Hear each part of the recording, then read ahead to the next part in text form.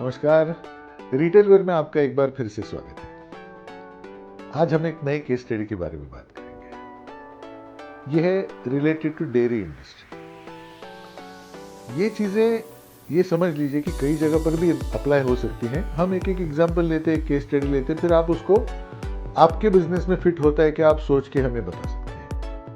अगर हम dairy industry की बात करेंगे तो डेयरी इंडस्ट्री में क्या होता है कि मिल्क कलेक्शन होता है। मिल्क कलेक्शन के बाद उसका प्रोसेसिंग होता है, प्रोसेसिंग करके फिर हम डिस्ट्रीब्यूशन के पीछे पड़ते हैं। तो ऐसे हमारे क्लाइंट हैं, उनका डेली कलेक्शन 50,000 लीटर का था।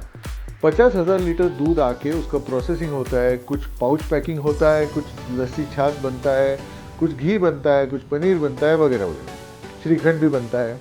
अब इसका उनको डिस्ट्रीब्यूशन करना है। उनके पास 10 ट्रक्स हैं। वो 10 ट्रक्स रोज़ अलग अलग दिशा में जाते हैं, वहाँ पर डिस्ट्रीब्यूट करते हुए जाते हैं। जब उनको जाना है तो फॉर एग्जांपल एक ट्रक एक दिशा में जाता है तो वहाँ पर उसको 10 डीलर्स या दुकानदारों को माल देना है। तो उसका ये मतलब हो गया कि लगभग 100 कस्टमर्स को रोज माल डिलीवर होता है। उसके लिए एक दिन पहले ये 100 लोगों की ऑर्डर आती है, तब जाके फिर उनको माल डिलीवर होता है। अब ये ऑर्डर कैसे आती है? जनरली वो फ़ोन करके बताते हैं कि हमको इतना गाय का दूध, इतना भैंस का दूध, इतना श्रीखंड, इतना घी वगैरह वगैरह चाहिए। हमारे यहाँ आदमी उसको पंच इन करता है, एक्सेल में टाइप करता है। कोई व्हाट्सएप पे भेजता है, वो व्हाट्सएप देख के फिर आखिर एक्सेल में ही टाइप करता है। अब जाके ये उनको एक्सेल में से कोई एक्सपर्ट चाहिए, वो पूरा पिवट करेगा, उसका रिपोर्ट निकलेगा कि कौन से रूट पे कितना जाना है। तो एक प्रॉब्लम ये है कि डेटा एंट्री का काम काफ़ी होता है। नंबर 2, जिस रूट पे मैं दूध देने जा रहा हूं, क्योंकि उनका डिस्टेंस अलग अलग है और हम ट्रांसपोर्टेशन कॉस्ट इंक्लूड करके देते हैं, तो हर एक का रेट अलग अलग हो जाता है डिपेंडिंग ऑन डिस्टेंस। तो ये हो गया प्रॉब्लम नंबर 2, क्योंकि रेट अलग अलग हो गए। Problem number 3, credit limit maintain नहीं हो पाती है। क्रेडिट ज़रूरत से ज़्यादा हम दे देते हैं। तो यहाँ पे मेरा और एक प्रॉब्लम हो जाता है कि मेरा आउटस्टैंडिंग बहुत। अब देखिए, हम ये 3 प्रॉब्लम को कैसे सॉल्व करते हैं। हमने एक मोबाइल ऐप बना के दे दिया उनके डीलर्स को। अब उनका डीलर मोबाइल ऐप में ऑर्डर डालता है। वो बोलता है भैया इतना गाय का दूध, इतना भैंस का दूध, इतना श्रीखंड, इतना पनीर, जो भी प्रोडक्ट्स हैं। इससे एक प्रॉब्लम वो भी सॉल्व हो गया कि कभी कभी वो गाय का दूध का ऑर्डर देता था, मेरा बंदा एंट्री करने में भैंस का दूध एंटर कर देता। फिर वो आर्ग्यूमेंट होता था, भैया मैंने क्या बोला, आपने क्या दे दिया। तो यहाँ वो होता नहीं, क्योंकि वो सामने वाला ही एंटर कर रहा है कि उसको क्या माल चाहिए, कितनी मात्रा में चाहिए। ये हो गया पार्ट 1। वो ऑर्डर एंटर करता है, वो डायरेक्टली रिटेलर में चला जाता है। यहाँ पे किसी को कोई एंट्री करना नहीं है, ऑपरेटर की जरूरत नहीं है, खत्म। जब दूसरे दिन सुबह ये ट्रक्स निकलते हैं काम के लिए, डिलीवरी के लिए, तो पहला ट्रक वाला मेरे पास आता है। सपोज मैं ऑपरेटर हूँ, मेरे पास पहला ट्रक वाला आता है। वो बोलता है सर मैं XYZ दिशा में जाने वाला हूँ, उस रूट पे जाने वाला हूँ। मतलब कोई बात नहीं, आ जाओ। जैसे मैं वो रूट सिलेक्ट करता हूँ तो उस रूट पे मेरे जो कस्टमर्स हैं वो सारे दिखने लग जाते हैं कि इस रूट के 10 कस्टमर हैं, इनके ऑर्डर आ चुकी है। उनमें से एक रेड कलर में दिख रहा है कि ये भाई साहब ने पेमेंट टाइम पे नहीं किया, इनका आउटस्टैंडिंग बढ़ गया है। चलिए, तो बाकी 9 को माल देना है। अरे ठीक है, ड्राइवर साहब आपका नाम बताइए, मिस्टर गणेश। आपका मोबाइल नंबर बताइए, डाल दिया। मैं एक बटन दबाता हूँ, जनरेट लोड शीट।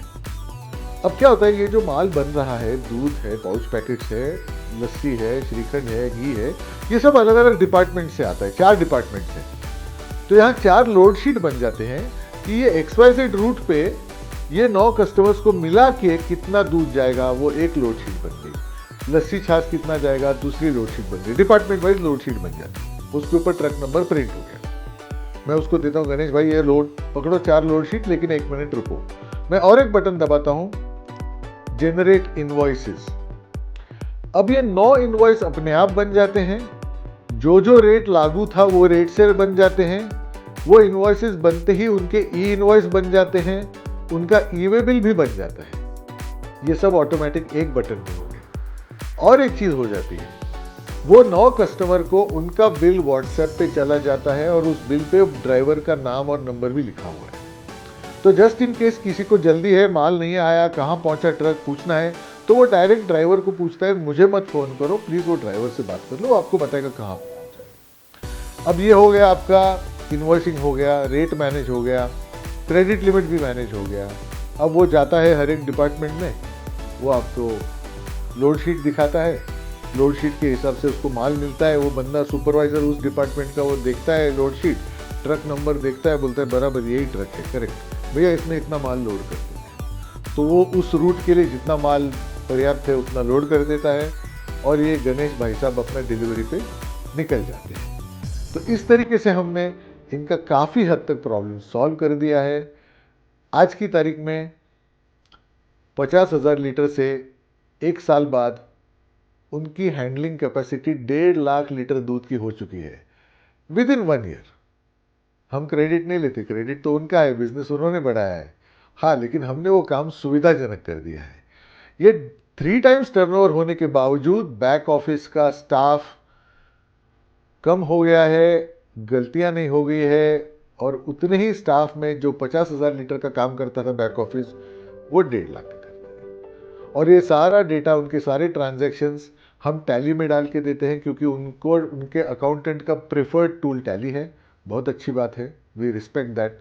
तो ये सारे ट्रांजैक्शंस टैली में भी डाल के देते हैं। इसी तरीके से हम बोलते हैं, गल्ला छोड़ो, आगे बढ़ो, आपका काम सुविधा होना चाहिए, एक्यूरेट होना चाहिए। इसी तरीके से ज़िंदगी आगे बढ़ती है। इस वीडियो को लाइक, शेयर और सब्सक्राइब करना मत भूलिएगा। धन्यवाद।